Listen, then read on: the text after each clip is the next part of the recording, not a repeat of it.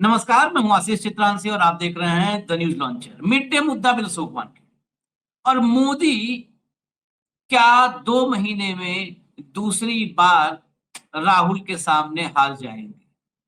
ये सवाल 17 अप्रैल की पहली हार के बाद कल हुई संसद में मीटिंग से जुड़ा हुआ है। 17 अप्रैल 2026 12 साल में मोदी की सबसे करारी शिकस्त थी, जब परिसीमन बिल, महिला आरक्षण बिल की आड़ में छिपा करके जिसका बेड़ा पार करवाना चाहते थे मोदी, वो परिसीमन बिल राहुल की अगुवाई में विपक्ष ने रोक दिया और संसद में सबसे करारी शिकस्त मिली मोदी को। अब जो खबर आज की है, वो खबर है वही निकोबार प्रोजेक्ट, जिस प्रोजेक्ट की कलई खोलने के लिए राहुल गांधी ने वहां पर वक्त बिताया, स्कूबा डाइविंग की समंदर में। आपको याद होगा वो वीडियो, हमने उस पर कार्यक्रम भी किया। और उसके बाद उन्होंने एक सिग्नेचर कैंपेन चलाया निकोबार को बचाने के लिए, और पूरी कलई एक एक पॉइंट के साथ राहुल ने खोली कि उस आइलैंड की उपयोगिता क्या है, वो भारत के लिए कितना महत्वपूर्ण है, मोदी का मकसद क्या है। मोदी निकोबार के जरिए देश का सुरक्षा घेरा मजबूत करना चाह रहे हैं या अडानी का डेरा मजबूत करना चाह रहे हैं। बहुत सारे सवाल आए थे और उन सवालों के जवाब भी राहुल ने तलाशे थे। अब मोदी के निकोबार वाले रास्ते में राहुल गांधी खड़े हो गए। अब खड़े हो गए तो रास्ता अवरुद्ध होता नजर आ रहा है। हालांकि इस वक्त बेलगाम 56 इंची को रोकना मुश्किल ही नहीं, नामुमकिन हो चुका है। लेकिन राहुल फिर भी रास्ते में खड़े हैं, और रास्ते में खड़े हैं तो उसके लिए उनको ताकत मिली लोक लेखा समिति से। लोक लेखा समिति में 1967 में एक परंपरा शुरू हुई थी। सबसे महत्वपूर्ण समिति है ये। संसद में तमाम कमेटियां होती हैं, उनमें सबसे महत्वपूर्ण होती है लोक लेखा समिति। सरकार के राजस्व, सरकार के खर्च, सबका हिसाब किताब, सब पर चर्चा, सबकी रिपोर्ट, सबकी जांच, ये लोक लेखा समिति के पास अधिकार है। इस लोक लेखा समिति का अध्यक्ष 1967 में एक परंपरा शुरू हुई थी कि विपक्ष का नेता ही होगा, एलओपी नहीं, विपक्ष का कोई नेता। तो इस लोकसभा के, इस संसद की जो लोक लेखा समिति है, उसकी अध्यक्षता इस वक्त केसी वेणुगोपाल के पास। 1 साल का अध्यक्ष होता है। इसमें 22 सदस्य होते हैं, 15 लोकसभा से होते हैं और 7 राज्यसभा से, अधिकतम 22। साल भर के लिए होती है, साल भर बाद चेंज होते रहते हैं। अभी इसकी अध्यक्षता केसी वेणुगोपाल के पास। अब वेणुगोपाल कितना भी खिलाड़ी हूं, जहां पर राहुल का सीधा सीधा निर्देश आ जाएगा, वहां वेणुगोपाल क्या करेंगे? उनकी मजबूरी है, अगर वो चाहे ना चाहे, लेकिन वेणुगोपाल को वहां पर तो स्टैंड लेना पड़ेगा। यहीं पर हो गया मामला खराब। वेणुगोपाल ने अमित शाह के टॉप अफसर, जो अमित शाह का सेक्रेटरी है, उससे जवाब मांग लिया है। और ये जवाब जब मांगा तो समिति में भाजपा के जो मेंबर्स थे, उनके भी होश फाख्ता हो गए। वो भी बेचैन हो गए कि हो क्या रहा है, कहीं ऐसा तो नहीं साहेब का पूरा खेल फंस गया। तो खेल फंसा है, खेल पूरा हो जाएगा, यही समझेंगे। ये बड़ा महत्वपूर्ण है। अगर यहां पर रोक दिया तो विपक्ष, इस कमजोर विपक्ष, टूटते विपक्ष, दरकते विपक्ष में एक बड़ी उम्मीद की किरण जग जाएगी, राहुल दोबारा हराएंगे। लाइए स्क्रीन पर भाव को जोड़िए। स्वागत है भाव। लाइए भैया हेडलाइन लाइए। थोड़ा सा तकनीकी मसला है, निकोबार प्रोजेक्ट वगैरह की चर्चा हम लोग कर रहे हैं तो थोड़ा सा, लेकिन ये महत्वपूर्ण बहुत है। ये सिर्फ विपक्ष के लिए नहीं है, देश के लिए भी महत्वपूर्ण है। सब यही लोग खा जाएंगे तो देश में बचेगा क्या? प्रकृति, आबो हवा सब खा जाएंगे तो। अब पीएसी में ग्रेट निकोबार प्रोजेक्ट, अब पीएसी में रास्ता रोकने की तैयारी। ग्रेट निकोबार प्रोजेक्ट पर कांग्रेस का नया दांव। अब जरा खबर के भीतर चलिए, थोड़ा वहां पर क्या क्या हुआ सीक्वेंस वाइज पॉइंट वाइज देखिएगा। केसी वेणुगोपाल ने केंद्रीय गृह सचिव से रिपोर्ट मांगी। कांग्रेस नेता केसी वेणुगोपाल की अगुवाई वाली पीएसी की बुधवार को हुई बैठक में उनके समेत कई विपक्षी सदस्यों ने ग्रेट निकोबार प्रोजेक्ट की वजह से पर्यावरण पर पड़ने वाले असर पर सवाल उठाए। इंडियन एक्सप्रेस की एक रिपोर्ट के मुताबिक वेणुगोपाल ने इस प्रोजेक्ट को लेकर केंद्रीय गृह सचिव गोविंद मोहन को निर्देश दिया है कि वह समिति की अगली बैठक में प्रोजेक्ट से जुड़े मुद्दे पर अपना जवाब दाखिल करें। ये गृह सचिव अमित शाह के मंत्रालय के सचिव हैं। पीएसी ने केंद्रीय गृह सचिव से प्रोजेक्ट पर रिपोर्ट मांगी। पीएसी की बैठक में बुधवार के लिए निर्धारित एजेंडे के मुताबिक सिर्फ अंडमान और निकोबार द्वीप समूह, इंस्टीट्यूट ऑफ मेडिकल साइंसेज और चंडीगढ़ वेलफेयर बोर्ड से जुड़े सीएजी ऑडिट रिपोर्ट पर ही चर्चा होनी थी। लेकिन कांग्रेस नेता की अगुवाई वाली संसदीय समिति ने बिना एजेंडे के ही ग्रेट निकोबार प्रोजेक्ट को भी स्वतः संज्ञान लेकर चर्चा शुरू कर दी। अब ये स्वतः संज्ञान एजेंडे में न होने के बाद स्वतः संज्ञान में शुरू इसलिए कहा था कि राहुल का इंस्ट्रक्शन पर हो रहा है कि जब तुम बैठे हो तो जाओ करो। जानकारी के अनुसार बीजेपी सदस्यों ने मांग की कि चर्चा सिर्फ उन्हीं विषयों पर होनी चाहिए जो एजेंडे में निर्धारित है। लेकिन वेणुगोपाल ने आपत्तियों को यह कहकर खारिज कर दिया कि यह जनता के महत्व का विषय है जिस पर चर्चा जरूरी है। जब ग्रेट निकोबार प्रोजेक्ट को लेकर विपक्षी सांसदों ने केंद्रीय गृह सचिव के सामने सवालों की झड़ी लगाना शुरू की तो उन्होंने कहा कि इस प्रोजेक्ट पर अभी जवाब देने के लिए तैयार नहीं है। देखिए, केंद्रीय गृह सचिव के सामने जब सवाल हुआ, यही है नरेंद्र मोदी की सरकार। ये पॉइंट है ना, ये अकेले में एक डिबेट लायक पॉइंट है, अकेले में आधा घंटा डिबेट। केंद्रीय गृह सचिव से जब सवाल होने लगा तो कहे हम तैयार नहीं है। तो क्या करते हो आप लोग भी मोदी जी से सुबह शाम तक श्रृंगार करते हो। आप लोग की तैयारी खाली वही कपड़ा सूट बूट और बाकी अडानी यही सब तैयारी होती है, विषय की तैयारी नहीं है। ये केंद्रीय गृह सचिव कह रहे हैं कि हम तैयार नहीं है, जिसको नरेंद्र मोदी कह रहे हैं कि हम ग्रेट निकोबार प्रोजेक्ट से चीन थर थर कांपेगा, चीन थर थर कांपेगा। नरेंद्र मोदी कह रहे हैं और गृह सचिव कह रहा है कि वो तैयार ही नहीं है। इससे बड़ा सबूत कुछ नहीं। इस पॉइंट को ध्यान रखिएगा, इस पर बहुत चर्चा भी होगी। इस पर वेणुगोपाल ने उनसे कहा कि कमेटी की अगली बैठक में उन्हें इसके बारे में सारी जानकारी देनी होगी। आगे चलिए। चीफ सेक्रेटरी की गैर मौजूदगी पर मांगा स्पष्टीकरण। बुधवार को हुई पीएसी की बैठक में अंडमान और निकोबार के चीफ सेक्रेटरी को भी शामिल होना था, लेकिन वे शामिल नहीं हो पाए। समिति ने इसे काफी गंभीरता से लिया और उनकी अनुपस्थिति के बारे में केंद्रीय गृह सचिव से स्पष्टीकरण मांगने का फैसला किया। अब ये भी देखिए, मुख्य सचिव बुलाया और मुख्य सचिव नहीं आया। हालांकि खुद पीएसी चेयरमैन ने माना कि चीफ सेक्रेटरी ने उनसे पहले ही बैठक में शामिल नहीं हो पाने की इजाजत मांगी थी। लेकिन यहाँ पर पॉइंट में इतने लिखा है कि उन्होंने इजाजत मांगी थी, पीएसी चेयरमैन ने खुद माना। यहाँ से आपको भ्रम होगा। इसके आगे जो नहीं लिखा वो मैं बताता हूँ। पीएसी चेयरमैन ने चीफ सेक्रेटरी की उस मांग को खारिज कर दिया। उन्होंने कहा कि नहीं हम आ पाएंगे तो आप हमको जो है इसके लिए अनुमति दीजिए। वेणुगोपाल ने अनुमति नहीं दी थी, उन्होंने कहा था कि आपको आना होगा और फिर भी वो नहीं आए। राहुल गांधी कर रहे हैं प्रोजेक्ट का विरोध, जरा ये समझ लीजिए, क्योंकि ये प्रोजेक्ट पर एक बहुत संक्षेप में है, नहीं तो प्रोजेक्ट पर तो बहुत बड़ी चर्चा हो सकती है। 3 चरणों में 2047 तक पूरा होने वाले 166.1 वर्ग किलोमीटर में फैला 100 ये वर्ग किलोमीटर में फैले केंद्र सरकार के ग्रेट निकोबार प्रोजेक्ट पर कुल मिलाकर 92,000 करोड़ रुपए की लागत आनी है। ये 92,000 करोड़ लिखा है, इस पे भी दिमाग में सब क्लियर करते रहिए, बीच में इसलिए मैं रुकता हूँ।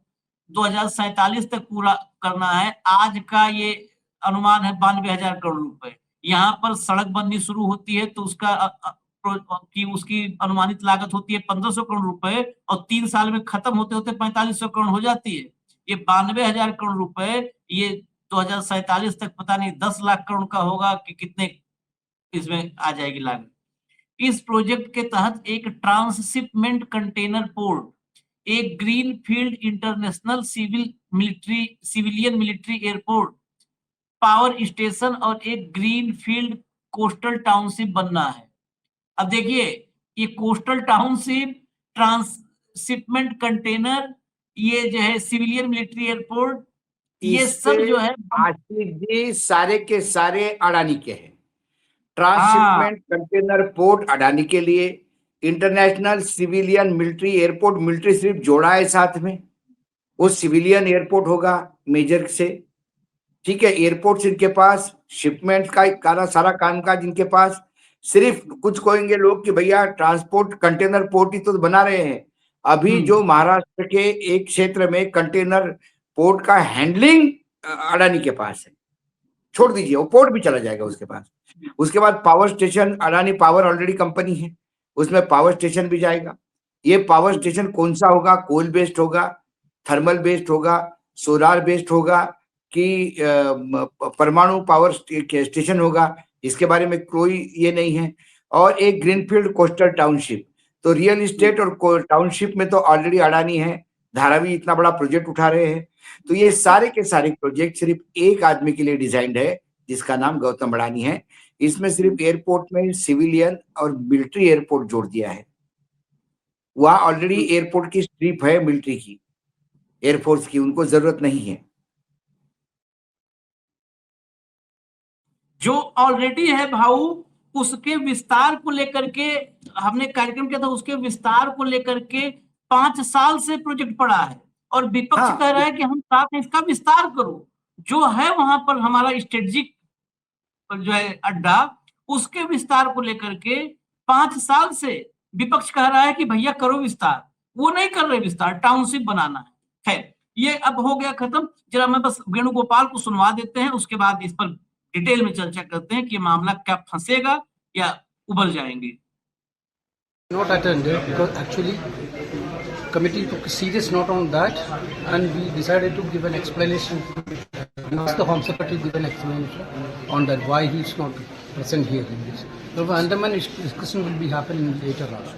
So Andaman Chief Secretary was today not present, sir. Not without intimation. So yesterday late night he intimated, which I didn't accept it. He asked for a permission, which I didn't accept. Permission would not be granted. So what were the other agendas, sir? Nicobar project also come up? Great Nicobar project, what government No, decided? this is all the discussion is related to the audit para on Andaman Nicobar medical, that Institute of Medical Science, and Chandigarh also about the board, welfare board. These two audit para, specific audit para we have discussed. Certainly members asked the different queries related to that scheme also. Right. So what have you directed the Home Secretary now, sir? Give an explanation why he is not accepted. The Home Secretary should give an explanation. Yes, he has to give an explanation for not attending the meeting, Public Accounts Committee meeting. Okay. And also we discussed in detail about the audit paras. Sir, Congress party going to start nation.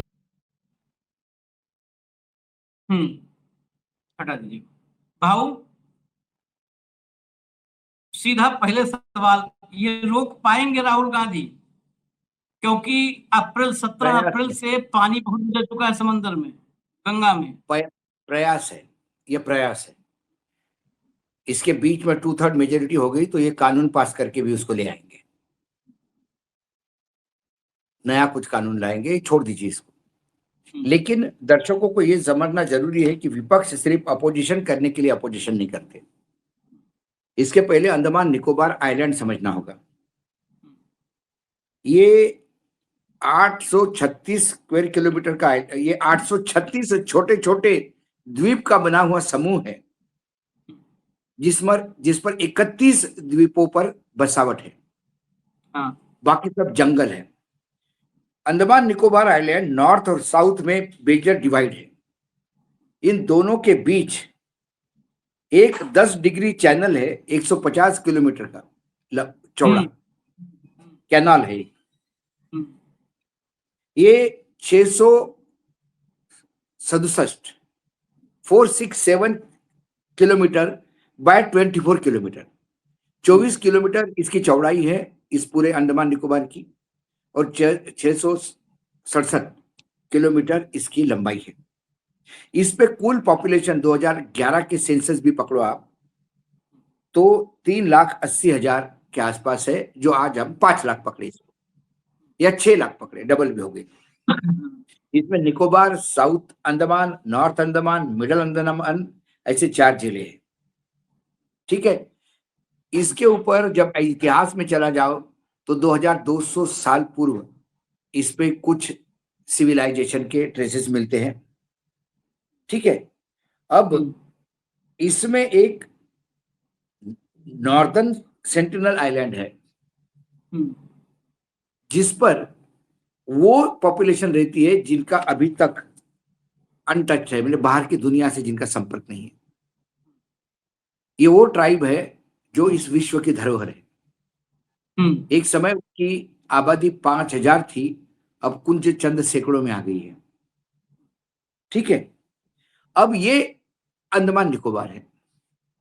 Andaman Nicobar में एक, ये कहते हैं ना देश का वह सुरक्षा के लिए, तो आम आदमी को लगता होगा कि यार इतना बड़ा आइलैंड भारत के पास है, लेकिन इसका उपयोग नहीं होता। इसका उपयोग बहुत पहले से हो रहा है, मोदी जी आने के पहले से। इधर एक अंडमान निकोबार कमांड है, आर्मी, नेवी, एयरफोर्स की, तीनों विंग की अंडमान निकोबार कमांड अलग, वेस्टर्न कमांड, ईस्टर्न कमांड जैसी कमांड है। इसमें अंडमान निकोबार की अलग कमांड है जिसमें आर्मी, नेवी और एयरफोर्स तीनों का प्रेजेंस है। ठीक है, तो सुरक्षा की दृष्टि से भारत ऑलरेडी वहां है। लेकिन ये जो प्रोजेक्ट लाए जा रहे हैं, ये प्रोजेक्ट से क्या होगा, 130 स्क्वायर किलोमीटर जंगल कटेंगे, करीब करीब 10 लाख बड़े पेड़ जिनकी उम्र 100 साल से ज्यादा है, ऐसे पेड़ कटेंगे 10 लाख। ठीक है, ये सबसे बड़ा जो पर्यावरण के लोग जो लगातार बता रहे हैं, आज ही हम सब वेनेजुएला का भूकंप जो आया है उसको लेकर, जो जलजला आया है उसको लेकर हम सब चिंतित है, लाखों की तादाद में लोग मरने की खबरें। अंडमान निकोबार ये हाईली एक्टिव सिस्मिक जोन में आता है, 5 में 5 में। ये कोरल आइलैंड पे बना है। कोरल आइलैंड वो है कि कुछ कीड़े होते हैं, छोटे छोटे समुद्री जीव, वो अपने ही शरीर से कुछ पदार्थ निकाल के उसको फिर वो पदार्थ बिल्कुल पत्थर जैसा बन जाता है। तो एक के ऊपर एक, एक के ऊपर एक ऐसे घर बनाते रहते हैं, और वो इतना हजारों सालों बाद वो बनाते बनाते इतना ऊपर आता है कि समुद्र के ऊपर चले जाते हैं। जब समुद्र के ऊपर चले जाते हैं तो फिर समुद्र की लहरों से जो सामान आता है उस पे आता है, वो वहां डिकम्पोज हो जाता है, वहां मिट्टी तैयार हो जाती है, मिट्टी में से जो बर्ड्स आते हैं उनके द्वारा वहां पे जो सीड्स लाए जाते हैं, वो जंगल उगता है उसमें, और वो आइलैंड बनते हैं। It's a coral island. वहां के जो कछुए मिलते हैं वो इतने दुर्लभ है जो विश्व में कहीं नहीं। उनकी बसावट को सबसे बड़ा डेंजर है इसमें। अब इसमें क्या करेंगे, इसमें एक ट्रांसशिपमेंट कंटेनर पोर्ट है। ये ट्रांसशिपमेंट कंटेनर पोर्ट भारत को किस लिए चाहिए पता नहीं मुझे। अब लोग कहेंगे कि ट्रांसशिपमेंट पोर्ट कैसा होता है। ये वो कंटेनर, ये पोर्ट वो होगा जहां बड़े बड़े जहाज आएंगे, उन जहाजों से छोटे जहाजों पे सामान लाद के भेजा जाएगा। ये ट्रांसशिपमेंट पोर्ट वो देश जनरली अपना यहाँ बनाते हैं जिनके यहाँ लैंडलॉक एरिया ज्यादा होता है, समुद्र नहीं होता। तो एक छोटा एक पोर्ट है जहां एक ही सी पोर्ट है और बाकी दूर आइलैंड है उनकी, तो उस सी पोर्ट पे बड़े जहाज जा नहीं सकते। इसलिए ट्रांसशिपमेंट पोर्ट अलग बनाते हैं कि बड़े जहाज उस आइलैंड तक आए, उस द्वीप तक आए, और वहां से छोटे छोटे जहाजों में चला जाए, छोटे जहाज जहां हो। भारत में वो स्थिति नहीं है। भारत सौभाग्यशाली है कि भारत के पास जबरदस्त सी कोस्ट है ना। हमारा कोस्ट लाइन जो है, समुद्र की जो सीमाएं हैं, वो 7517 किलोमीटर की है आशीष। हमारे पास 13 मेजर पोर्ट है जहां बड़े बड़े जहाज भी आ सकते हैं, 13 मेजर पोर्ट। और इतने में नहीं रुकता मामला, और 200 से ज्यादा छोटे पोर्ट है जहां छोटे जहाज और जो मछुआरे मछली पकड़ने जाते हैं, ट्रेलर वगैरह रखते हैं वो। तो भारत को ट्रांसशिपमेंट पोर्ट की जरूरत ही नहीं है।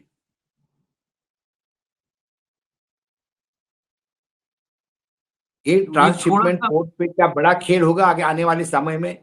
क्या यहाँ ड्रग उतरेंगे? अभी तो ड्रग एक ही जगह उतर रहे हैं, कांडला पोर्ट पे। क्या कोई दूसरा खेल होगा?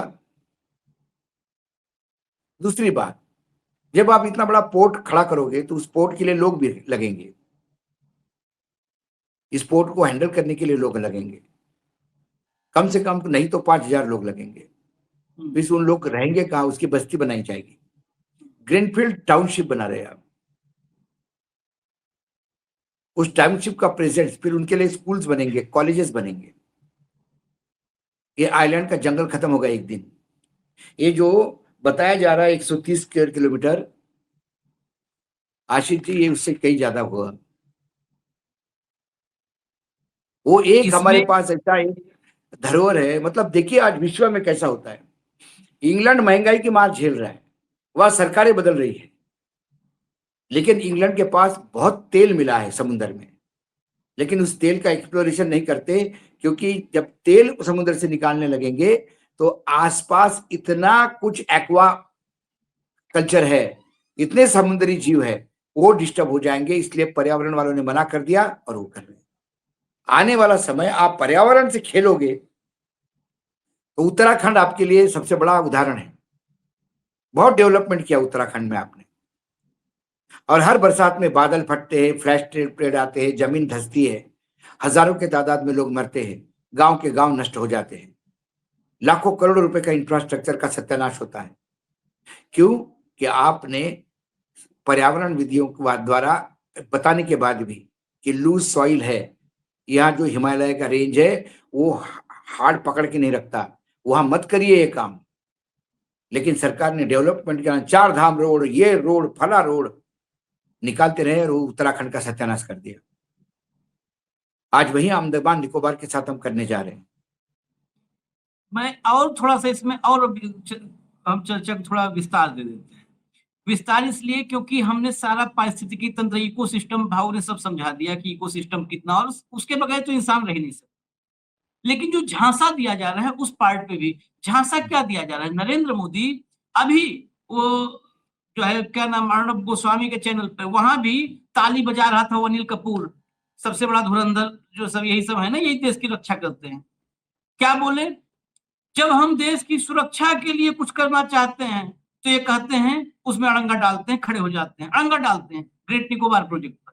ये बार बार कहते क्या है, और इनका जो ये पालतू मीडिया है लिखता है कि चीन थर थर कांपेगा। चीन तो सुबह से शाम तक 3-4 बार उसको जूड़ी लग के बुखार आता है। चीन ठंडक लग के बुखार आता है ना, जूड़ी लग के, हम गाँव में कहते हैं जूड़ी लग के बुखार आया, तो 5-6 बार दिन में उसको ठंडक लग के बुखार आता है। जैसे मोदी जी दिखता है, वो थर थर कांपा, हर हर कांपा, घर घर कांपा, इस टाइप का डायलॉग मारते हैं सब।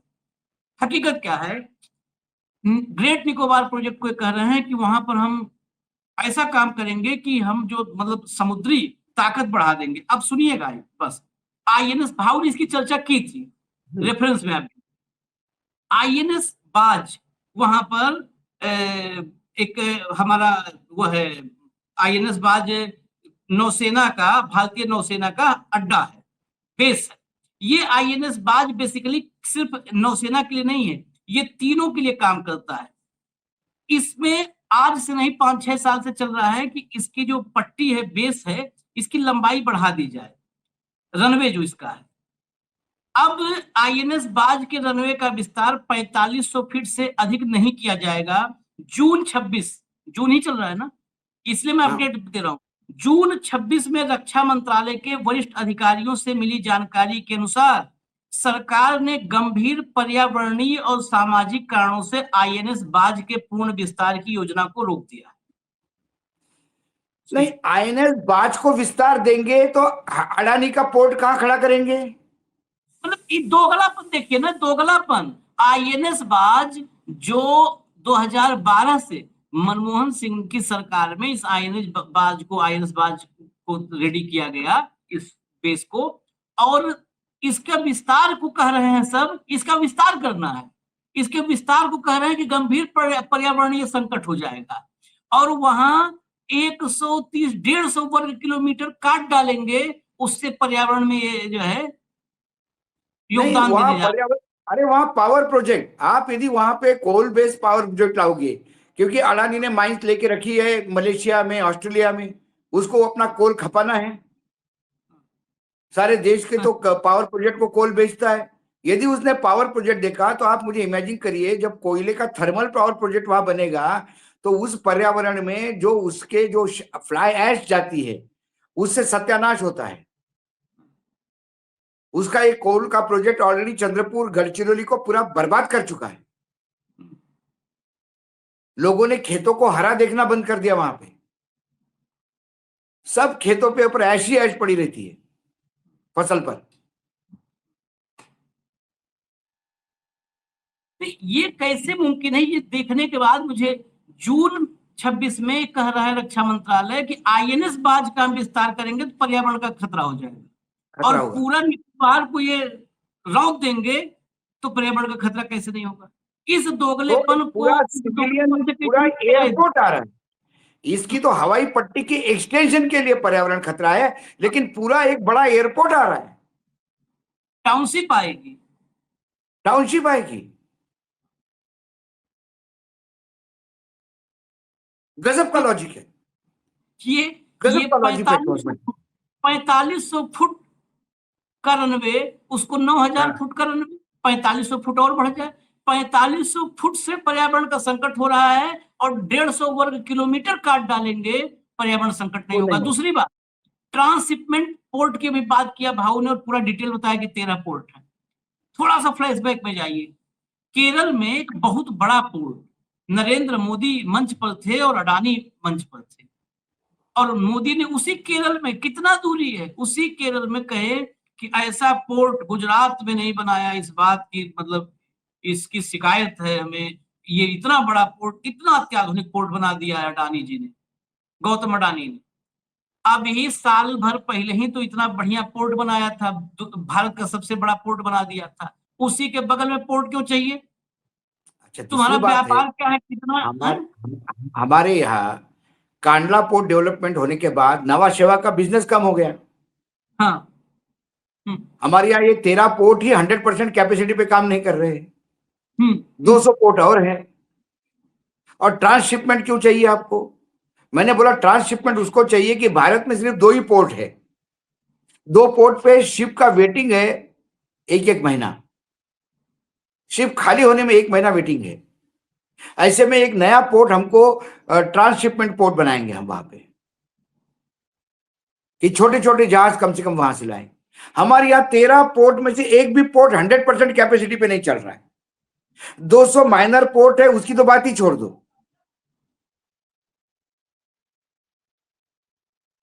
और इसके बावजूद इनको एक ट्रांसशिपमेंट पोर्ट वहां चाहिए। ये ट्रांसशिपमेंट क्यों पोर्ट चाहिए वहां पे? क्योंकि अंडमान निकोबार सी लॉक्ड एरिया है, लैंड नहीं है। वहां से नजदीक भी कोई जाना हो तो करीब करीब 800 किलोमीटर की दूरी है। इतना बड़ा आप समुद्र में रोड तो नहीं बना सकते कि वहां से ट्रक से सामान आएगा। अंडमान निकोबार में इतना कोई ऐसा एक्सपोर्ट का प्रोडक्ट नहीं है कि अंडमान निकोबार से हर रोज 5000 गाड़ियां एक्सपोर्ट हो रही है। भाई वहां शिप पोर्ट ही नहीं है बड़ा। तो देश का जो एक्सपोर्ट हो रहा है वो कंटेनर छोटे हिस्से जाएगा अंडमान में, वह डाउनलोड होगा, फिर उसको अपलोड किया जाएगा दूसरे बड़े शिप पे। ये ट्रांजैक्शन क्यों, किस लिए? कि पोर्ट के नाम से सिर्फ जमीन हड़पानी है, सिर्फ कब्जा करना है इनको आइलैंड।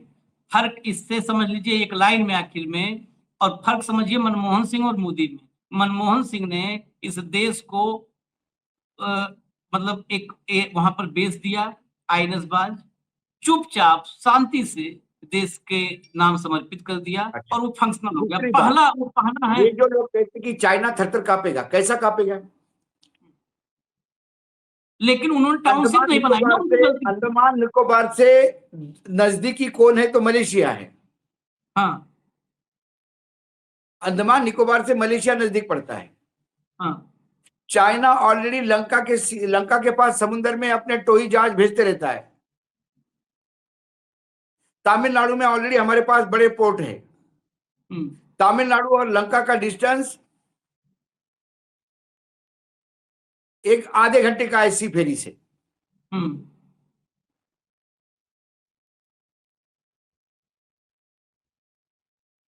फिर हमारे पास बंगाल है, फिर हमारे पास ओडिशा है, हमारे पास आंध्र प्रदेश है, हमारे पास कर्नाटका है, हमारे पास तमिलनाडु है, फिर हमारे पास केरल है। गजब का लॉजिक है। हर उस उद्योगपति को फायदा पहुंचाने के लिए देश की सुरक्षा खतरे में डालते हैं। 2014 के बाद ही देश की सुरक्षा खतरे में दिख रही है मुझे। हर तीसरे दिन देश की सुरक्षा खतरे में, देश की सुरक्षा के लिए कर रहे हैं। इसके पहले हमारे सैनिक बिल्कुल डंडे से लड़ रहे थे, लकड़ी के। जिसको पेट्रोल महंगा क्यों हो गया? सैनिकों को वहां पे अपने को बिल्कुल सपोर्ट देना है। इसके पहले सैनिक क्या कर रहे थे? डंडे से लड़ रहे थे। जिसको सुरक्षा आपने तो कुछ भी नहीं किया। आपने तो 2 सर्जिकल स्ट्राइक किए, उसमें भी एक में अमेरिका के कहने से विड्रॉ कर दिया। इसके पहले जवाहरलाल नेहरू ने युद्ध झेला, इसके पहले शास्त्री जी ने झेला, इंदिरा गांधी ने झेला, फुल फ्लेज युद्ध झेले, जीते हैं भारत हर युद्ध। ये सब पाखंडी हैं। एक लाइन, जिसको देश की सुरक्षा करनी थी उसने 2012 में चुपचाप वहां पर बेस बना दिया।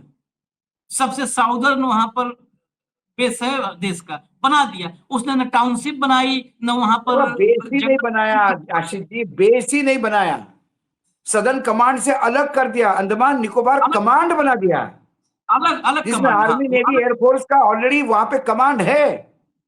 और वो पहला है जो तीनों का कमांड है, तीनों का। मैंने क्या कहा, यदि आप एनडीए को डेवलप करना है, नेशनल डिफेंस एकेडमी को, तो उसको फंड देके डेवलप करोगे ना, और विस्तार करोगे। लेकिन एनडीए के बगैर में एक नया अडानी का एनडीए बनाओगे, ये बोल के कि देश की सुरक्षा के लिए है। ये कहां का रूल है भाई? जो ऑलरेडी अंडमान निकोबार कमांड है, उस कमांड को पैसा दीजिए, उस कमांड की डिमांड फुलफिल करिए। कोई नया टाउनशिप करने की जरूरत नहीं है। कंटेनर ट्रांजिट पोर्ट चाहिए ही नहीं इस देश को। आप मुझे बताइए, कोई भी एक शिपमेंट वाला बच्चे, कोई भी एक मेरीटाइम वाला बिजनेस वाला लाके बताइए, इंपोर्टर एक्सपोर्टर को बताइए मुझे कि क्या साहब हमारा ये हो जाता है, पोर्ट में लाइन में खड़ा होना पड़ता है। बताइए मुझे। जो प्रपोजल बना के सेट ले आएगा उस पर इनको, ये तो मार्केटिंग एग्जीक्यूटिव है, इनको करना ही करना है। इजाजत दीजिए हमें, देखिए रोक पाते हैं कि नहीं रोक पाते हैं। मोदी जी को रोकना अब नामुमकिन है, देश को बर्बाद करके। कम से कम विपक्ष अपना काम कर रहा है। जनता के सामने सच्चाई आनी चाहिए आशीष। ये जो झूठ बार बार सिक्योरिटी के नाम से देश को बेच रहे हैं, ये लोगों को पता पड़ना चाहिए कम से कम। ये तो हम लोग बताएंगे, रोज बताएंगे। धन्यवाद। फिर हम आते हैं अगले कार्यक्रम में। अभी यहाँ आपने देखा, अब और कहीं चोरी पे आपको ले चलेंगे। चोरी ही चारों तरफ हो रही है। धन्यवाद।